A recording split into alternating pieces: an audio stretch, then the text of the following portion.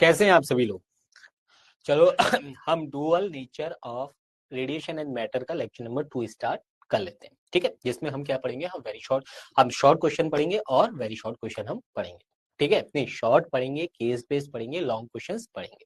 ठीक है, स्टार्ट करते हैं बिना किसी टाइम को वेस्ट किए। क्वेश्चन नंबर 1 पढ़ते हैं हम। क्वेश्चन नंबर 25 जो हमारे पास है, हमने क्वेश्चन में पिछले क्लास में भी थोड़ा सा बात कर ली थी इसके बारे में, थोड़ा सा और देख लीजिए।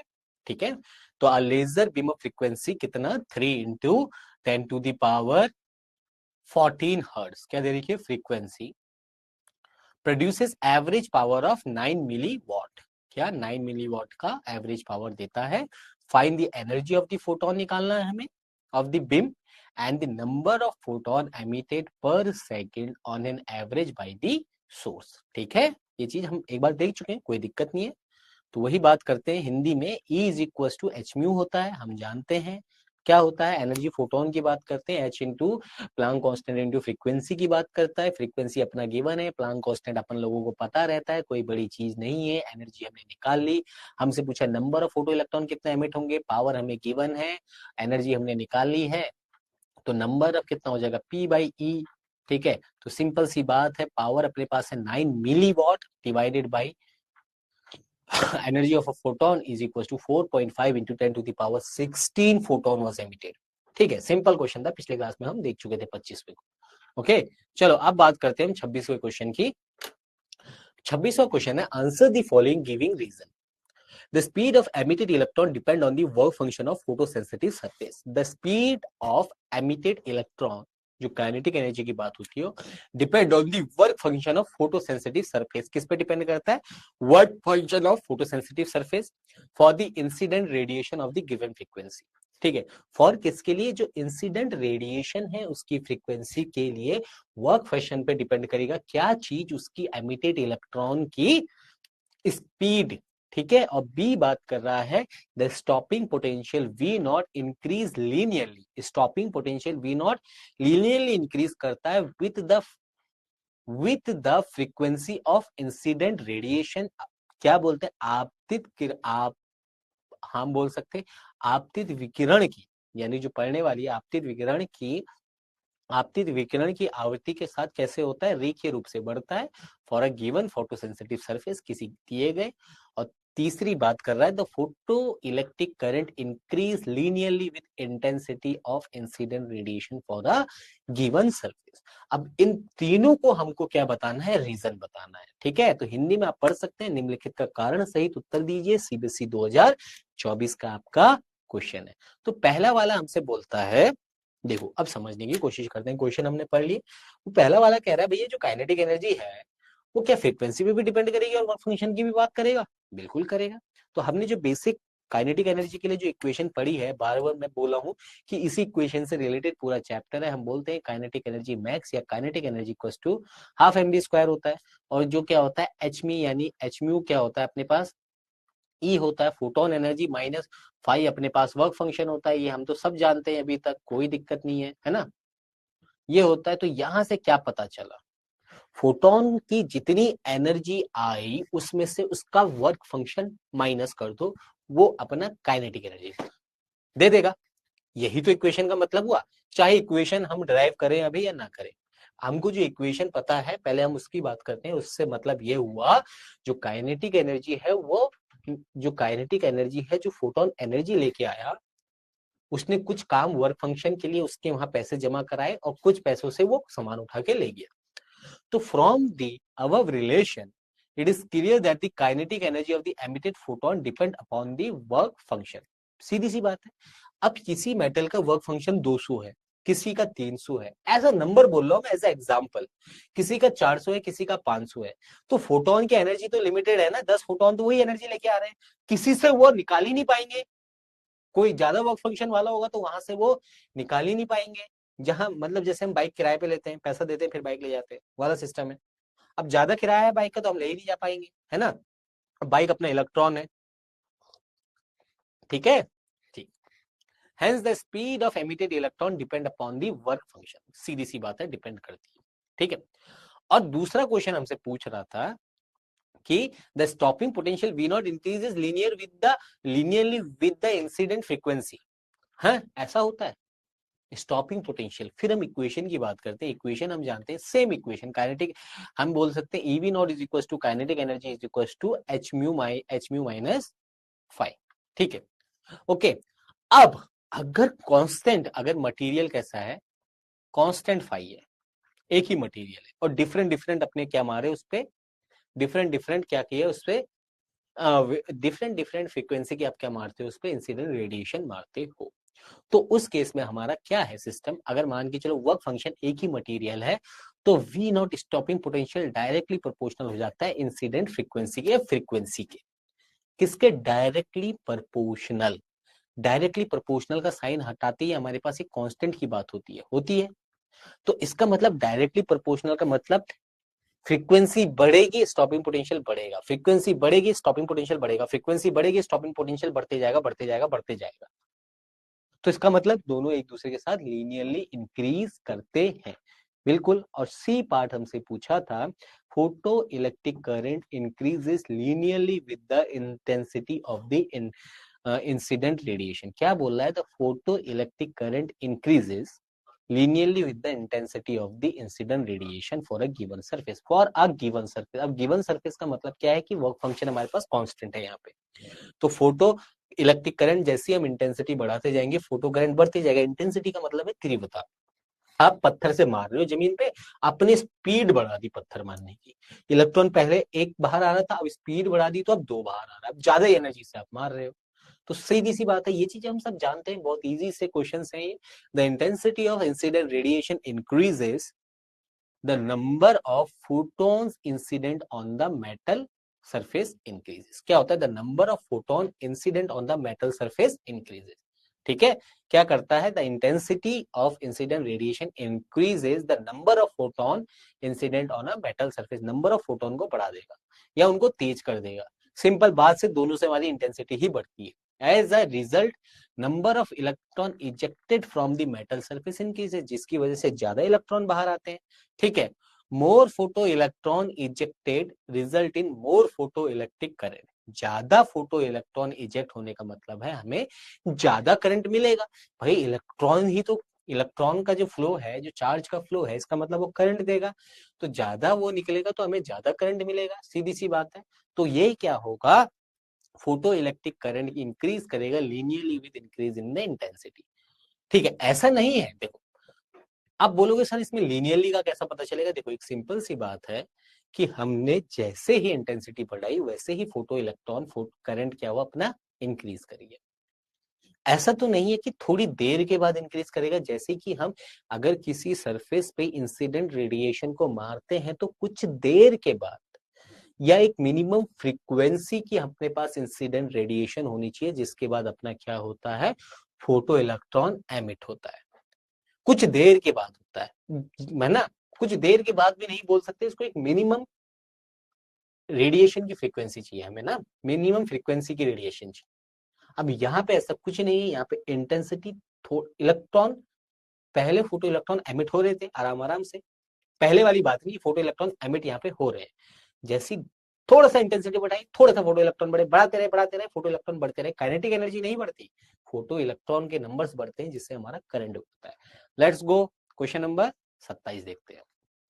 बहुत अच्छा क्वेश्चन है, मतलब वो अच्छा क्वेश्चन इसलिए है कि उसी कंसेप्ट से रिलेटेड एमसीक्यू भी बन जाता है, रीजन असर्शन भी बन जाता है, वेरी शॉर्ट भी बन जाता है, उसी कंसेप्ट से रिलेटेड। ठीक है, याद रखना intensity is directly related to the photo current. चलिए क्वेश्चन नंबर 27 बोल रहा, a platinum surface having a work function, हमें फाई गिवन है, दिख रहा है आपको, एक प्लेटिनियम का सरफेस है जिसका फाई या वर्क फंक्शन हमारे पास 5.63 इलेक्ट्रॉन वोल्ट है। ठीक है, is illuminated by a monochromatic source of इतनी फ्रीक्वेंसी हर्ट्ज पे, हमने इतनी फ्रीक्वेंसी को मारा। What will be the minimum wavelength associated with the ejected electron, ejected electron का मिनिमम वेवलेंथ कितना होगा, क्या निकाल सकते हो आप। मेरे को ऐसा लगता है बच्चों को अब कोई दिक्कत नहीं होनी चाहिए इसमें। कैसे भाई, अरे भाई सिंपल है, यहां तक तो सिंपल है ना।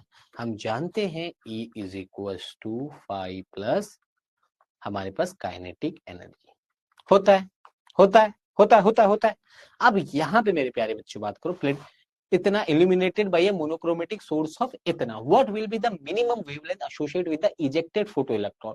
तो फोटो इलेक्ट्रॉन की एनर्जी की बात करूंगा मैं केवल, मेरे को इक्वेशन की जरूरत कहाँ पड़ी है क्या? मेरे को पता है E इज इक्वल टू होता है अपने पास hc/λ, और हमें लैम्डा फाइंड आउट करना है। E की बात करें तो E अपना डिपेंड करेगा वर्क फंक्शन पे, ठीक है। तो डायरेक्ट अपना फॉर्मूला बनता है बेटा, ठीक है। यहां पे से आप किसकी बात करेंगे, ठीक है, यहां पे हम बात करेंगे, एक सेकंड बेटा, जस्ट अ सेकंड। है अब बोलोगे सर क्या देख रहे हो, आंसर देख रहे हो? नहीं बेटा, एक सेकंड रुक जाइएगा बस, ठीक है, ओके। अब यहाँ पे हम बात कर रहे हैं, ये तो क्वेश्चन ऐसे ही बनेगा, कोई दिक्कत नहीं है, क्योंकि यहाँ पे हमें मोनोक्रोमेटिक सोर्स फ्रीक्वेंसी पता ही है, प्लेटिनियम सरफेस का वर्क फंक्शन पता ही है, फ्रीक्वेंसी पता ही है, वेवलेंथ निकालना है, यहाँ पे तो कोई दिक्कत भी नहीं आनी है, ठीक है। तो वर्क फंक्शन की बात करें तो हमारे पास वर्क फंक्शन कितना है, five is equal to 5.63 electron volt, 5.63 electron volt. और दूसरा कितना है अपने पास, ऑफ इतना फ्रीक्वेंसी, व्यू की वैल्यू कितनी है, 1.6, कितना रे, 1.6 इंटू 10⁻15 हर्ट्ज, ठीक, 15 हर्ट्ज, ठीक। कोई दिक्कत परेशानी यहां तक नहीं है, ठीक है। अब हमारे हर्ट्ज है, ठीक है। अब यहाँ पे काइनेटिक एनर्जी वाला तो सिनेरियो नहीं है, तो हमें एक स्टॉपिंग पोटेंशियल वाला रिलेशन पता है, बिल्कुल पता है, ठीक है। हमें एक स्टॉपिंग पोटेंशियल वाला रिलेशन पता है, हम जानते हैं कि kinetic energy is equal to होता है hp माइनस फाइव नॉट, ठीक है। तो हम सीधे सीधे यहाँ पे लिख सकते हैं, ठीक है, यहाँ पे सीधे सीधे अपना रिलेशन बन सकता है, काइनेटिक एनर्जी जो हमारे बराबर हो जाएगी E माइनस फाइव नॉट। तो E की वैल्यू तो मैं सीधे एच म्यू लिख दूंगा, फाइव को हम क्या लिखते हैं, सीधे सीधे फाइव ही लिख दूं, फाइव नॉट, फाइव या फाइव लिख देता हूं, ठीक है। अगर मेरे को फाइव नॉट लिखना है, अगर मेरे को इसको थ्रेशोल्ड फ्रीक्वेंसी के बराबर लिखना है, ठीक है, तो ये बराबर किसके हो जाएगा, सीधे सीधे hc/λ। यहां तक कोई भी दिक्कत है तो बताइएगा, ठीक, यहां तक कोई भी दिक्कत है तो बताइएगा, कोई भी परेशानी हो तो, दिक्कत हो तो बताइएगा। सीधे सीधे हम बात कर लेते हैं यहां से, ठीक है, ये इक्वेशन की बात अपना खत्म करते हैं, ठीक है। तो यहाँ पे से आपके पास सोल्यूशन पूरा का पूरा पड़ा हुआ है, अब आपको केवल और केवल वैल्यू पुट करनी है, ठीक है, ओके। तो काइनेटिक एनर्जी बराबर कितना होता है, H mu minus five not, और ये किसके बराबर है अपने पास, ये पूरा का पूरा अपनी एनर्जी hc/λ के बराबर है, ठीक है। तो लैम्डा की वैल्यू यहाँ पे से सीधे सीधे निकालनी है, इक्वेशन को उल्टा कर दो, sc divided by h mu by five not. सारी की सारी चीजें हमारे पास हैं, सारी की सारी चीजें अपने पास है, सीधे सीधा आप रख दो, ठीक है, ओके, सीधा सीधा आप वैल्यू पुट करो, बात खत्म करो, ठीक है। 6.63 h की वैल्यू, लाइट की 3.3, 6.63 अपने पास, फिर h की वैल्यू, फिर 1.6 इतना, फिर 5.63 अपने पास वर्क फंक्शन वगैरह अपनी पूरी वैल्यू पुट करी, तो वैल्यू आएगी 12.4 गुणा 10⁻⁻7 मीटर। इसमें कोई डाउट है, ऐसे क्वेश्चन 10 करा चुके हैं हम आगे, कैसे करा चुके हैं ऐसे क्वेश्चन हम 10 करा चुके हैं। जहां पे भी सैंपल क्वेश्चन पेपर दिख जाए वहां पे थोड़ा सा कहानी को रोक लीजिए, ठीक है। चलिए आगे बात करते हैं, briefly explain how Einstein photo electric equation account for all observation on photo electric effect. अब बोलोगे सर क्या बात है, यही है इस चैप्टर का सबसे स्टार टॉपिक, एग्जाम में नहीं पूछता लेकिन इसी से रिलेटेड होती है जो कहानियां होती है, डायरेक्ट इसको तो नहीं पूछता, बोलोगे सीबीएसई हाँ 2023 में पूछा था, लेकिन इन जनरल देखा जाए तो इसको नहीं रखा जाता, इससे ही रिलेटेड ज्यादा क्वेश्चन रखे जाते हैं दबा के, ठीक है। तो क्या बोला था आइंस्टाइन साहब ने, आइंस्टाइन साहब ने सन 1900 की बात है, ठीक है। Einstein if explain the photo electric effect on the basis of Planck's quantum theorem, किसके बेसिस पे, प्लांक्स क्वांटम थ्योरम के बेसिस पे क्या कहता 1905 में हमारे आइंस्टाइन ने थ्योरी दी थी। According to this theory, light emitted in the form of small bundle or packet of energy and transmitted in the form of waves which are called photons।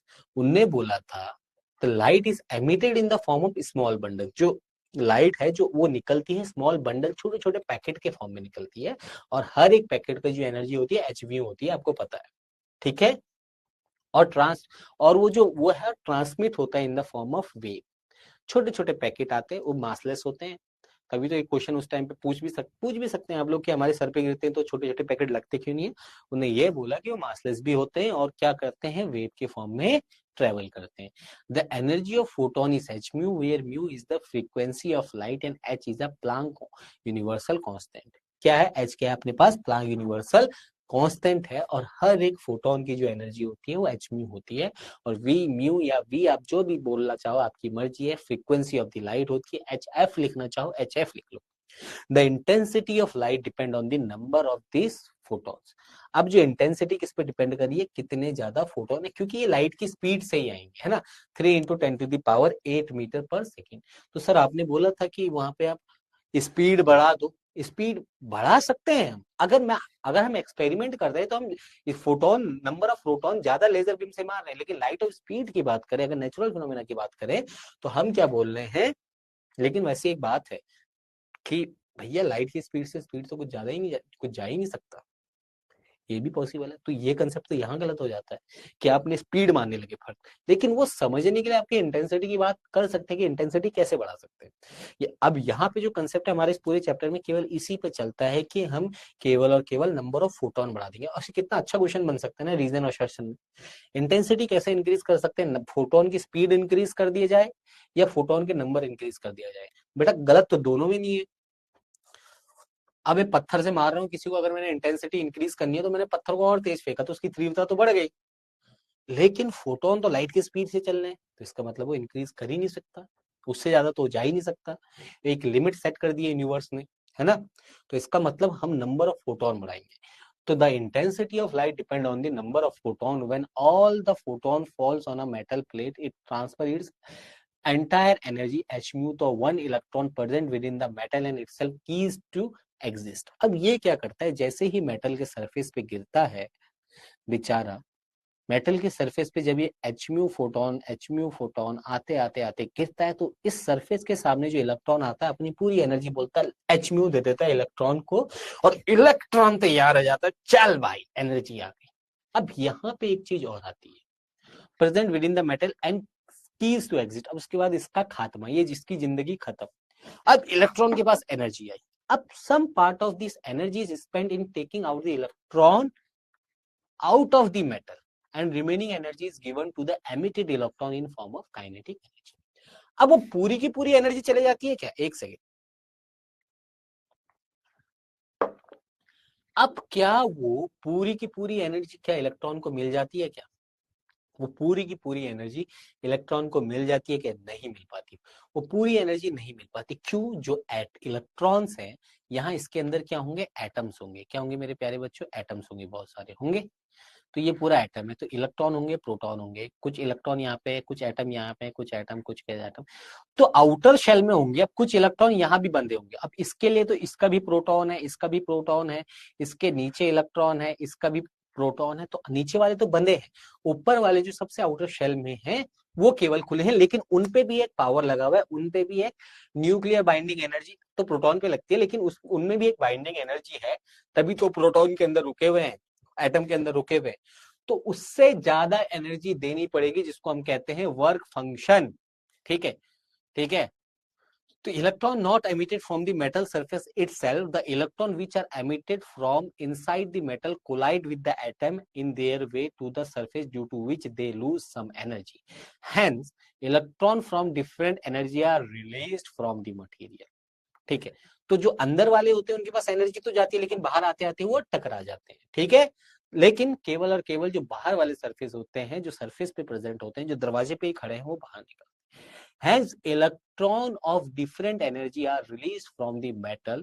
The electron which are emitted from the upper surface of the metal have maximum kinetic energy। बहुत अलग अलग energy के electron निकलेंगे। जो नीचे वाला थोड़ा कम energy वाला होगा, लेकिन जो सबसे ऊपर वाला होगा उसके पास मैक्सिमम काइनेटिक एनर्जी होगी, because their energy lost not lost by the collision, because उनकी एनर्जी कॉलिजन के कारण खात्मा नहीं हुआ। ठीक है। अब इसी एनर्जी के लिए इक्वेशन दी, let the maximum kinetic energy of photo electron is k max and the energy required to expel one photo electron from the metal is phi naught। यानी जो ताकत मेटल लगा रहा है कि मेरा इलेक्ट्रॉन है, तो वो है phi naught। तो अब एक लिमिट की ताकत लगा सकता है, यूनिवर्स में सेट है। ठीक है, उससे ज्यादा तुमने दे दिया तो भैया वो लगा ले जा भाई तेरा इलेक्ट्रॉन है ना। तो फाइव नॉट लगाया, काइनेटिक एनर्जी के ई मैक्स है, तब ये इक्वेशन बनती है जिसकी हम बात बार बार करते हैं। तो के E max maximum kinetic energy जो उसकी होती है, फोटोन की एनर्जी में से उसकी एनर्जी को माइनस कर दो। फोटोन एनर्जी लेके आया था 10, उसकी जो पैराडेडी, उसकी जो क्या बोलते हैं उसे, मेटल ने जो पैराडेडी लगाया था यानी एनर्जी जो लगाई थी, वर्क फंक्शन जो था वो था 5, तो 10 में से 5 माइनस किया, वो 5 इलेक्ट्रॉन को मिल गया। अब इलेक्ट्रॉन लेके बाहर निकल जाएगा, ये मजे आ गए, छोड़िए, बाहर निकल गया, मेटल बोल मेरा इलेक्ट्रॉन चले गया, ऐसे ही होता है। फिर वो बाहर जाके फोटो करंट बनाता है, ठीक है। तो फिर इक्वेशन को आगे बढ़ाओ, के मैक्स को हम हाफ एम बी स्क्वायर लिख सकते हैं, और इसको वर्क फंक्शन को एच म्यू नॉट लिख सकते हैं। म्यू नॉट क्या हो जाएगा, थ्रेशोल्ड फ्रीक्वेंसी हो जाएगी, फ्रीक्वेंसी यानी फ्रीक्वेंसी हो जाएगी। ये चीजें आपको अच्छे से आती हैं अभी तक, कोई दिक्कत नहीं है। ये पूरी की पूरी इक्वेशन को हम इस तरीके से डिजाइन कर सकते हैं, ठीक है। चलो, एच म्यू नॉट का मतलब क्या हुआ, एक थ्रेशोल्ड फ्रीक्वेंसी होती है, मिनिमम नंबर ऑफ फ्रीक्वेंसी हमें चाहिए होती है, मिनिमम अमाउंट ऑफ फ्रीक्वेंसी, ठीक। क्वेश्चन नंबर 19 की बात करते हैं, सैंपल क्वेश्चन पेपर 29 की बात करते हैं, सैंपल क्वेश्चन पेपर 2024-25 का है। एक सेकंड बचा, हाँ, केस्ड बेस्ड है, ठीक है। ये हमारे पास केस्ड बेस्ड जो है 4 नंबर का पूछा जाता है, ठीक है, गुणा 4। सैंपल क्वेश्चन पेपर में पूछा गया था केस्ड बेस्ड रीजन असर्शन प्रोन, सबसे ज्यादा फेवरेट है। आप बोलोगे सर परसों तो आप रे ऑप्टिक्स भी बोल रहे थे। अब बेटा देख लो, जब पेपर देखो, 7 सेट, 7 सेट बने थे, सबसे ज्यादा रे ऑप्टिक्स के, इसके, इस बार पहली बार उसका भी डाल दिया था, इलेक्ट्रिक पोटेंशियल एंड कैपेसिटेंस का भी डाल दिया था, नहीं तो इससे पहले इसका भी नहीं पूछता था। लेकिन अब हम कुछ नहीं कह सकते भाई, एग्जामिनर का मतलब है हम ये सोच के तो नहीं चलेंगे इसी चैप्टर से आते हैं, कहीं से भी आ सकते हैं।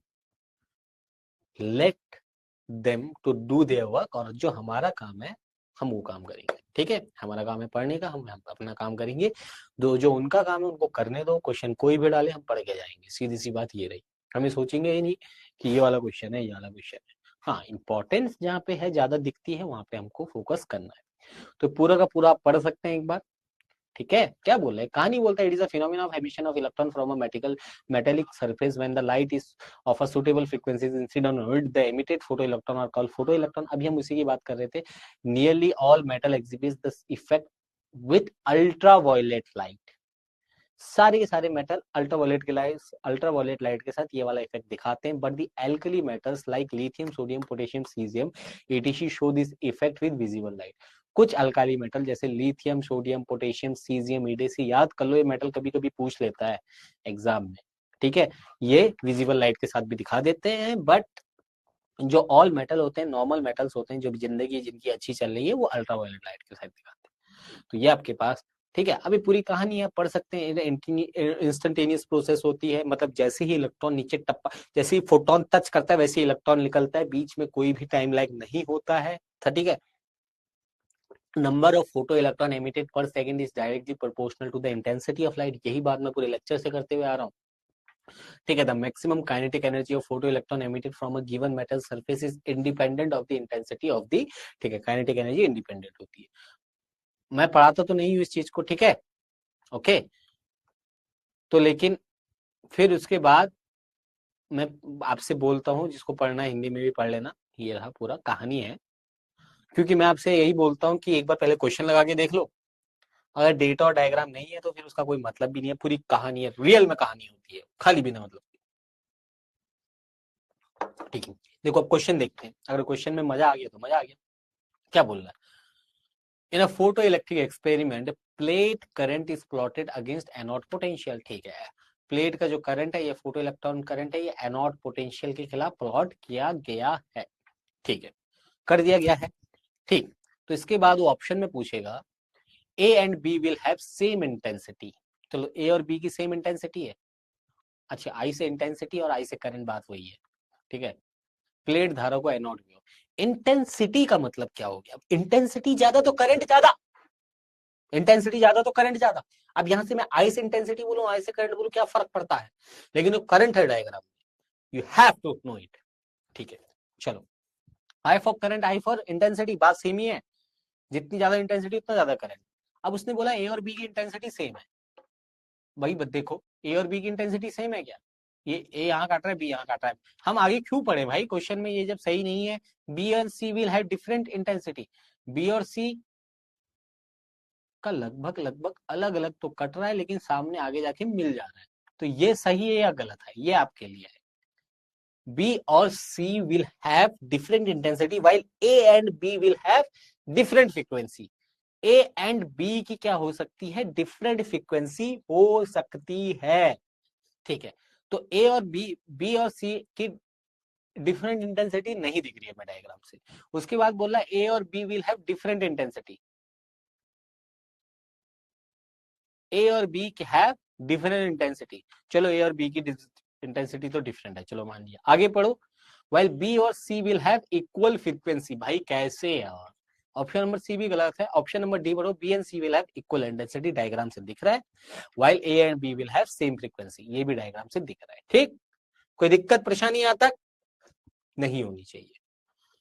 ठीक है, अब बताओ इसका कोई तरीका था वहां, उस पूरे पूरे पूरे एक पेज दो पेज की कहानी से कोई मतलब था? कोई कहानी का मतलब नहीं था। ठीक है, ओके, ये आपके पास शुद्ध हिंदी में भी है। चलो, photo electron emitted when a zinc plate is, अभी मैं ये इसका मतलब है वहां, इससे इस ये आपको मिल जाएगा वहां से, क्यों जिंक प्लेट की बात कर रहा है। नॉर्मल मेटल है, जब अल्ट्रावायलेट राइज से हम उसको इरिडिएट बाय द अल्ट्रावायलेट राइज, ये थोड़ा सा एक क्वेश्चन दे दिया आपको वहां पे, इस बार नहीं। तभी यार इस बार जो केस बेस्ड का पैराग्राफ था वो बचा नहीं, इस बार कुछ तो इंफॉर्मेशन थी उसमें। ठीक है, हीटेड गर्म किया जाता है, नहीं भाई। हैमर जो हथौड़े से मारा जाता है, नहीं भाई। सब्जेक्टेड टू हाई प्रेशर, नहीं भाई। चलो इनसे करता भी होगा, हमें कोई फर्क नहीं पड़ता, हमें जो केस बेस दे रखा है उसमें यही लिखा हुआ है, हमारा टिक तो यही जाएगा। क्वेश्चन नंबर 3 की बात करें, the threshold frequency of a photoelectric effect on a sodium correspond to wavelength 500 nanometre. ठीक है, थ्रेशोल्ड फ्रीक्वेंसी कितने हैं, 500 नैनोमीटर की। अगर आप उस पर मार दोगे, कितने की मार दोगे, 500 नैनोमीटर की वेवलेंथ मार दोगे। चलो,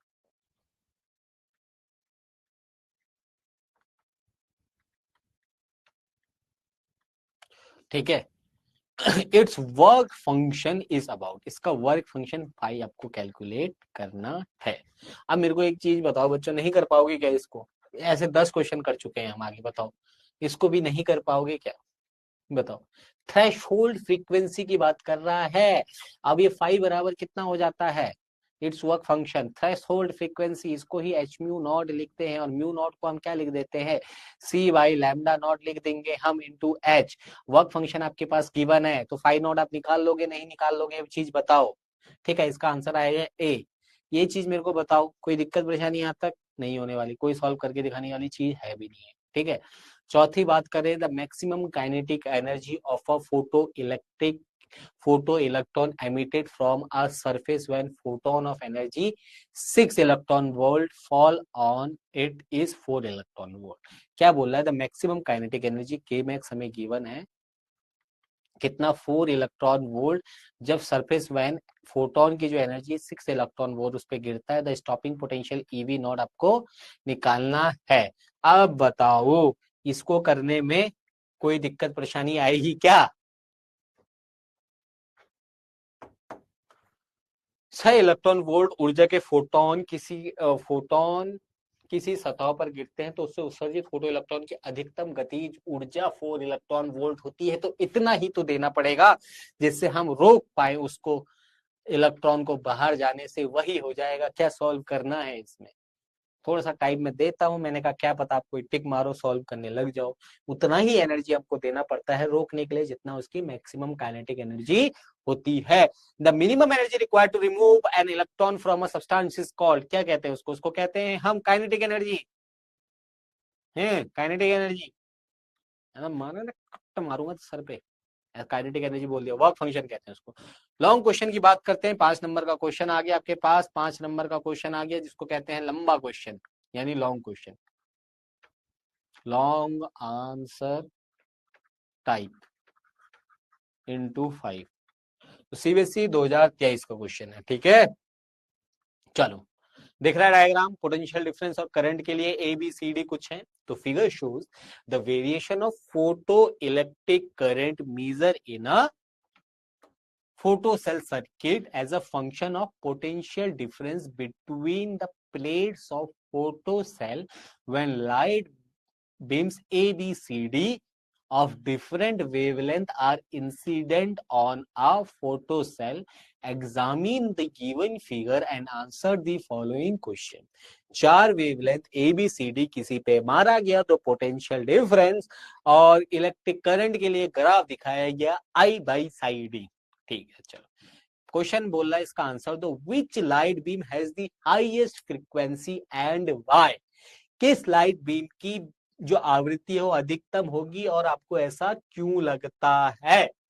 तो चलो हम डायग्राम से देखते हैं किसके लिए आपको पोटेंशियल जो है आपका पोटेंशियल डिफरेंस जो आपको सबसे ज्यादा नेगेटिव में लग रहा है, यानी उतना ज्यादा देना पड़ेगा जीरो के बाद। तो इसका मतलब कितना है इसके लिए नेगेटिव? कौन सबसे ज्यादा जा रहा है? देखने में अलग है ग्राफ, बी ज्यादा जा रहा है। तो बी के लिए जो नेगेटिव पोटेंशियल है सबसे ज्यादा है, तो इट रिक्वायर्स इसको maximum retarding potential to reduce photo electric to zero. इसके लिए सबसे ज्यादा रिटार्डिंग पोटेंशियल लगेगा जिससे हम क्या कर पाए, रिड्यूस जो फोटो करंट को जीरो कर पाए। रिटार्डिंग करंट को जीरो करने के लिए इसमें करंट को रोकने के लिए हमें क्या लगाना पड़ता है, ताकत लगानी पड़ती है, जिसको हम क्या कहते हैं, रिटार्डिंग पोटेंशियल कहते हैं। तो बी के लिए सबसे ज्यादा लग रही है, तो इसका मतलब इसी की फ्रीक्वेंसी सबसे ज्यादा होगी। चलो पहला क्वेश्चन हो गया, तो पहले का आंसर अपने पास क्या आ गया, बी। वाह। Which light beam has the longest wavelength and why? आप इतना तो आप बताओ किसका लॉन्गेस्ट वेवलेंथ होगा? लग रहा होगा आपको डी, लेकिन देखो यहां से घुमा के कैसे बनाया गया है, सी। ए को बनाया गया है ना, सी को बनाया गया। अब ऐसा क्यों, इसका रीजन भी तो देना पड़ेगा। चलो लिखा है रीजन, लिखा होगा रीजन, ऐसा हो ही नहीं सकता ना लिखा हो। ये ए है, ये बी है और ये सी है। बी और यहाँ सी। The light beam C because it requires minimum retarding potential. अब इसको सबसे कम रिटार्डिंग पोटेंशियल लगेगा, तब ये इलेक्ट्रॉन को बोलेगा भाई रुक जा, फोटो इलेक्ट्रिक करंट बंद कर, बंद कर। क्या बोलेगा, बंद कर, बंद कर, फोटो इलेक्ट्रिक करंट को बंद कर, हल्के से रिटार्डिंग पोटेंशियल। ठीक है, तो इस वजह से क्योंकि इसकी वेवलेंथ सबसे ज्यादा, वेवलेंथ ज्यादा का मतलब होता है एनर्जी कम, वेवलेंथ ज्यादा का मतलब होता है एनर्जी ही कम। ठीक है, ठीक है, चलो क्वेश्चन नंबर इसका सी पार्ट बात करें, हिंदी में पढ़ लेंगे एक पार्ट इसका। Which light beam ejects photoelectron with maximum momentum and why? Maximum momentum के लिए कौन वो करेगा? तो आपके पास है, पहले ग्राफ देखते हैं, यहीं पे है ना ग्राफ, किसका सबसे ज्यादा होगा मोमेंटम? लाइट बीम जो इजेक्ट करेगा सबसे ज्यादा मोमेंटम के साथ, जिसके लिए फोटो करंट, वही वही बात की कहानी हो जाएगी बी के लिए। तो सबसे ज्यादा अपने पास रिटार्डिंग पोटेंशियल बी के लिए है, तो इसके ही जो सबसे ज्यादा मोमेंटम का निकलेगा। The light beam B eject photo electron with the maximum momentum because highest frequency light beam ejects photo electron with highest kinetic energy. इसकी फ्रीक्वेंसी हाई क्यों थी? क्योंकि इसके लिए हमें क्या चाहिए था, रिटार्डिंग पोटेंशियल बहुत ज्यादा लग रहा था इसके इलेक्ट्रॉन को रोकने के लिए, क्योंकि काइनेटिक जो फ्रीक्वेंसी थी बहुत हाई थी। तो इसीलिए इसका जो मोमेंटम होगा इलेक्ट्रॉनों का सबसे ज्यादा होगा, वेलोसिटी सबसे ज्यादा होगी तो मोमेंटम भी सबसे ज्यादा होने वाला। सीबीएसई 2023 का क्वेश्चन था। इस क्वेश्चन में देखो वो तो कुछ नहीं था, कंसेप्ट तो कुछ नहीं था, है ना, ये तो सब नॉर्मल सी चीजें हैं, फोटो इलेक्ट्रिक करंट, ये बस यही था कि ग्राफ थोड़ा सा धोखा दे रहा था। ग्राफ लग रहा था डी सबसे नीचे, लेकिन इधर रिटार्डिंग पोटेंशियल पे लेके आओ तो डी थोड़ा आगे निकल के सी, मतलब एग्जामिनर ने थोड़ा सा दिमाग तो लगाया था। ठीक है, चलो question number 31 and the last question CBSE 2023 का हम कर लेते हैं इसको solve. What is the effect on threshold frequency and stopping potential on increasing the frequency of incident beam of light? Justify your answer. बताओ इसका आंसर मैं दूं अभी भी। आपतित प्रकाश पुंज की आवृत्ति को जैसे ही वृद्धि करोगे तो दहली आवृत्ति और निरवधि विभव पर क्या प्रभाव पड़ता है? दहली आवृत्ति, थ्रेशोल्ड फ्रीक्वेंसी और वर्क फंक्शन पे क्या फर्क पड़ता है? फॉर अ गिवन, आपको पता है, for a given photosensitive material, ध्यान से सुनना, अब नहीं पता जिसको अभी तक वो एक बार और सुन। For a given photosensitive material, कोई दिए गए फोटोसेंसिटिव मटेरियल यानी पदार्थ के लिए there is a certain minimum cut off frequency of the incident radiation called the threshold frequency. मतलब आप दो फ्रीक्वेंसी, 2 हर्ट्ज फ्रीक्वेंसी का भी मार रहे हो, 3 हर्ट्ज फ्रीक्वेंसी की भी लाइट मार रहे हो मेटल पे, 4 हर्ट्ज की भी मार रहे हो, लेकिन उस पे क्या होगा, ऐसा नहीं होगा कि आप 1 हर्ट्ज फ्रीक्वेंसी की मार रहे हो तो इलेक्ट्रॉन एमिट हो रहा है, नहीं, उसका खुद का एक स्टैंडर्ड है, वो कह रहे का अगर एक इस लेवल से हाई यानी लेट अस से 10 हर्ट्ज से ज्यादा फ्रीक्वेंसी की आएगी, अगर वे जो फोटो इलेक्ट्रॉन आएगा उसकी जो फ्रीक्वेंसी होगी 10 हर्ट्ज से ज्यादा होगी तो ही मैं इलेक्ट्रॉन दे पाऊंगा। भाई मुझे कम से कम इतनी एनर्जी तो दो जो मेरी इज्जत हो, तो उसी चीज को हम कहते हैं threshold frequency, below which no emission of photo electron take place, जिसके नीचे फोटो इलेक्ट्रॉन का कोई भी एमिशन नहीं होता। ठीक है, no matter how intense the incident light is. अब तुम इंटेंसिटी कितना भी बढ़ा दो, अब इंटेंसिटी का मतलब सर इंटेंसिटी से ना, इंटेंसिटी फोटो इलेक्ट्रॉन का नंबर बढ़ा सकता है, इंटेंसिटी एमिट नहीं कर सकता, नंबर बढ़ा सकता है जब हो ही रहा हो। ठीक है, इंटेंसिटी से अब कोई फर्क नहीं पड़ेगा, पहले फ्रीक्वेंसी लाओ भैया। The relation between the kinetic energy of radiate electron and the stopping potential is given as, पता है रे बच्चों, EV naught is equal to half mv square is equal to k max। Simple सी बात, दोनों बराबर ही होते हैं। Above the threshold frequency and the stopping potential, equivalently the maximum kinetic energy of emitted photoelectrons increases linearly with the frequency of incident radiation but independently of intensity। यही बात आगे भी बात की हमने। ठीक है, अब इसका ग्राफ कैसे देते हैं, देखो ग्राफ कैसे बनाते हैं। जैसे फॉर एन एग्जांपल हमने एक स्टॉपिंग पोटेंशियल बना दिया यहाँ और फ्रीक्वेंसी अपने पास है इधर। ठीक है, अब जो मेटल ए है, देखो एमिट होने के बाद दोनों लीनियरली जाएंगे, उसकी काइनेटिक एनर्जी लीनियर रहेगी, फिर बढ़ेगी नहीं। काइनेटिक एनर्जी उसके बाद एमिट होने के बाद क्या हो जाता है, अब तभी तो हम कहते हैं मैक्सिमम काइनेटिक एनर्जी, जो सरफेस से एमिट होता है वो मैक्सिमम काइनेटिक एनर्जी का होता है। ठीक है, क्योंकि जो अपना फोटोन दे पाता है उसको उतना ही दे पाता है, क्योंकि उसके बाहर तो कंट्रोल खो दिया ना भाई हमने, उसके बाहर तो हमने कंट्रोल खो दिया, सरफेस पे ही दे दिया हमने जितना काइनेटिक एनर्जी मैक्सिमम। उसके बाद वो कांस्टेंट है, आपने वी से भेजा तो फिर वो वी से ही निकला, उसके बाद हमें नहीं पता। तो जो थ्रेशोल्ड फ्रीक्वेंसी है लेटस से मेटल ए और ये रहा मेटल बी, तो मेटल ए के लिए लेस है, तो मेटल ए के लिए लेस थ्रेशोल्ड फ्रीक्वेंसी, उसके बाद वो आराम से जो स्टॉपिंग पोटेंशियल है उसमें कोई फर्क नहीं पड़ा, उसके साथ लीनियरली बढ़ा। वहीं पे अगर आप मेटल बी के लिए देखोगे तो मेटल बी के लिए थ्रेशोल्ड फ्रीक्वेंसी ज्यादा है, तो इसके लिए वर्क फंक्शन ज्यादा है। उसके बाद मेटल ए हो बी हो, केवल और केवल आपका जो इंसिडेंट रेडिएशन जो फ्रीक्वेंसी वो डिपेंड कर रहा है कि इस पे जो आपकी थ्रेशोल्ड फ्रीक्वेंसी है वही उसको अल्टर कर पा रही है, अल्टर कर पा रही है, नथिंग लेस नथिंग मोर। उसके बाद स्टॉपिंग पोटेंशियल लीनियर ही हो जाता है, उसके साथ जो ग्राफ होगा वो लीनियर ही बनने वाला है। ग्राफ बहुत अच्छा है ये बेटा, क्योंकि इसको बनाते हो तो थ्योरी में कुछ भी गप मारो, अगर ग्राफ टीचर को दिखता है तो समझता है कि कुछ भी गप मत मार देना यार, ये तो बोल दिया मैंने ऐसी। उसके बाद आपको नंबर की जो अशॉर्टी होती है बहुत ज्यादा हो जाती है। ठीक है, चलिए, तो यहीं पे हम एक बहुत से अच्छे अल्बर्ट आइंस्टाइन के जो श्लोक है जिसको कहते हैं कि education is not the learning of the fact but the training of the mind to think, के साथ अपने लेक्चर को यहीं पे खत्म करते हैं। ठीक है, thank you so much, have a nice day, आपको मिलते हैं हम फिर से, बाय बाय, बाय बाय।